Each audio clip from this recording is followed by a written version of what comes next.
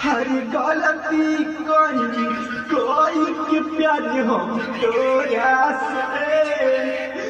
हर गलती कोई के प्यार हम तोरा से।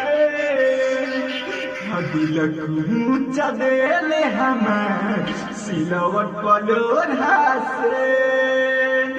दिलक ऊंचा देले हमार सिलवट पलोरा से।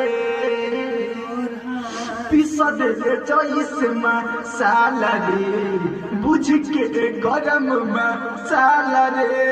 दिलावा के भीतरी उठत लहरिया मरिचा जैसे भभाला रे। पिसा दे चॉइस मसाला रे बुझ के गरम मसाला रे।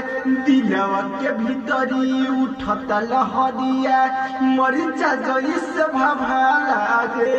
मरले नहीं केतनो मनैनी हो से। हर मनले नहीं केतनो मनैनी हो से। दिलक ऊंचा देले हमार सिलवट पलोरा से। दिलक ऊंचा देले हमार सिलवट पलोरा से।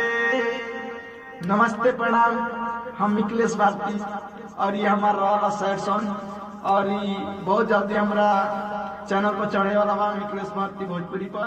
वो चैनल के सब्सक्राइब करिए।